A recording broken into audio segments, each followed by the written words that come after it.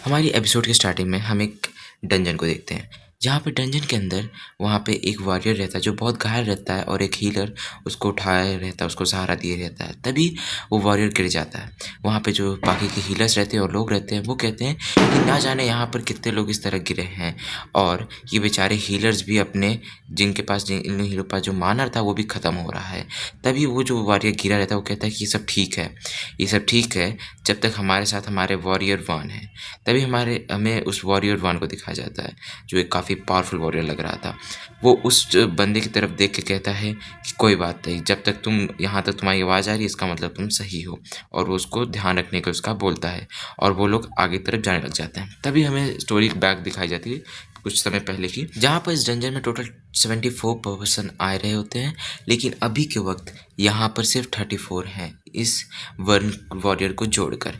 ये बताता है वन वॉरियर की जब हम लोग यहाँ पे आए थे तो हमारा सामना बहुत ज़्यादा पावरफुल वो उन सब से हुआ था, मॉन्स्टर से, जिसकी वजह से हम लोग काफ़ी ज़्यादा मारे गए। लेकिन मैंने अपनी पूरी कोशिश की थी इन सभी को बचाने की, लेकिन जितने लोग भी मरे हैं उनको पहले से पता था कि वो यहाँ पर कुछ भी हो सकता है, क्योंकि ये उन 7 इविल डंजन में से कोई एक डंजन है। फिर तभी हमें उस डंजन का सीन दिखाया जाता है जो बहुत बड़ा रहता है और वो लोग उस डंजन के आगे तरफ बढ़ रहे होते हैं। तभी जो हमारा वॉरियर है उसको उसके सामने एक डंजन दिखती है जहाँ पर वो डंजन काफ़ी बड़ी रहती है और वो लोग उस डंजन के अंदर चले जाते हैं। उस डंजन के अंदर जाने के बाद वो अपने आसपास देखते हैं तो वहाँ पर काफ़ी ज़्यादा सोने चांदी से पूरा वो डंजन सजा रहता है और वहाँ पर उस डंजन के बॉस के बैठने की जगह भी रहती है। तभी जो वहाँ का डंजन रहता है वो शेक करने लग जाता है और वो वॉरियर अपने स्वॉर्ड निकाल लेता है और स्वॉर्ड निकालने के बाद वो अपने वॉरियर लोगों से कहता है कि तुम लोग आगे आ जाओ और मैजिशियंस को पीछे रहने दो। फिर तभी वहाँ पे जो डंजन शेक कर रहा था वो शेक करना बंद कर देता है। फिर तभी इतने अंधेरे की वजह से वहाँ पे जितने मैजिशियंस रहते हैं वो एक लाइट बीम की तरह एक लाइट बनाते हैं और उसको ऊपर की तरफ फेंक देते हैं जिसकी वजह से उजाला हो जाए।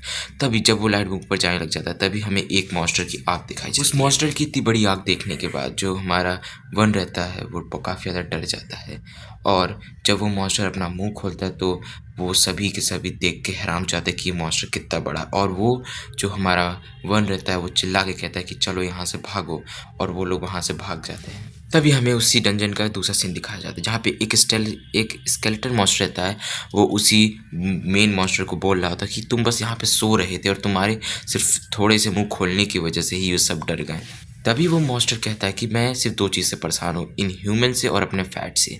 तभी वो उसका गुस्से से कहता है कि तुम कम से कम एक बॉस की तरह तो एक्ट करो, तुम यहाँ के एक डंजन के बॉस हो लेकिन तुम एक छोटे से बच्चे की तरह एक्ट कर रहे हो। क्या तुम्हें पता भी है कि वो ह्यूमन सिर्फ इसी वजह से डर गए थे कि तुमने बस सोते वक्त अपना बस मुंह खोल दिया था। फिर तभी वो स्केलेटन जो रहता है वो एक दूसरी तरफ दिखा दे कहता है कि तुम बताओ क्या इसने सही किया।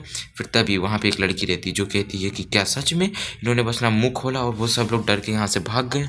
वो लड़की भी काफ़ी पागल होती है, वो ये चीज़ सुन के काफ़ी ज़्यादा खुश हो जाती है और हमारे उस मॉन्स्टर को एडमायर करने लग जाती है। ये चीज़ देख के जो स्कल मॉन्स्टर रहता है वो काफ़ी ज़्यादा ही हैरान हो जाता है और निराशा हो जाता है और वो वहाँ पे जाके एक जगह जाके बैठ जाता है। फिर तभी जो हमारा मेन मॉन्स्टर रहता है वो उसको देख के कहता है कितना टेंशन मत लो, वरना जो तुम्हारे हड्डियाँ हैं वो सब चूर चूर हो जाएंगी तुम्हारे टेंशन ग्लैंड की वजह से। तभी हमें बताया जाता है कि इस वर्ल्ड में 7 ऐसे डंजन्स हैं जो इविल डंजन्स हैं और उन 7 इविल डंजन में से ये भी एक इविल डंजन है। हमें कहानी बताई जाती है जिस कहानी में बताया जाता है कि जो ह्यूमंस रहते हैं वो काफ़ी ज़्यादा डंजन्स को कॉन्कर कर सकते हैं और वो कभी भी किसी भी डंजन को रेड करके उनके मॉन्स्टर को मार देते हैं, क्योंकि उसके जो मॉन्स्टर रहते हैं वो तैयार नहीं रहते इस बैटल के लिए।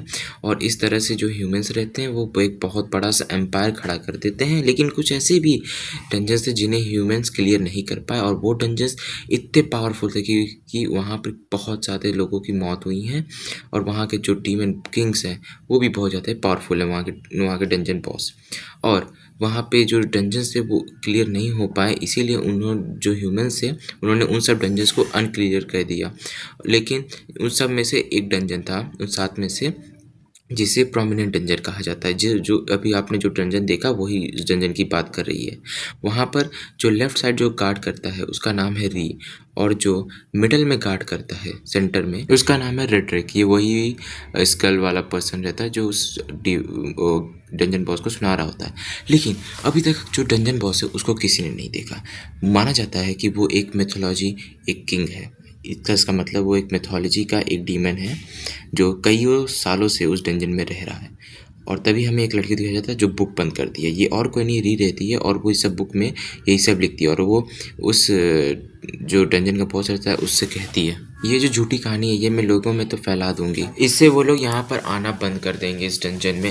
फिर तभी जो डंजन का बॉस रहता है वो कहता है कि देखो ये री काफ़ी ज़्यादा समझदार हो गई और इसे इस डंजन को हैंडल भी करना आ रहा है। मेरे प्लान के हिसाब से जब जो ह्यूमंस हैं वो ये स्टोरी पढ़ेंगे तो वो काफ़ी ज़्यादा स्टोरी को पसंद करेंगे और वो इस पर बिलीव भी करने लग जाएंगे, जिसकी वजह से वो यहाँ पे नहीं आएंगे। क्योंकि अगर इसी तरह आते रहे यहाँ पे ऐसे लोग तो यहाँ पे ना जाने कितने सैकड़ों लोग मारे जाएंगे मेरे हाथों, और वो वहाँ पे उतनी लाशों को के सामने बैठा। आज की एपिसोड यहीं पे ख़त्म होती है।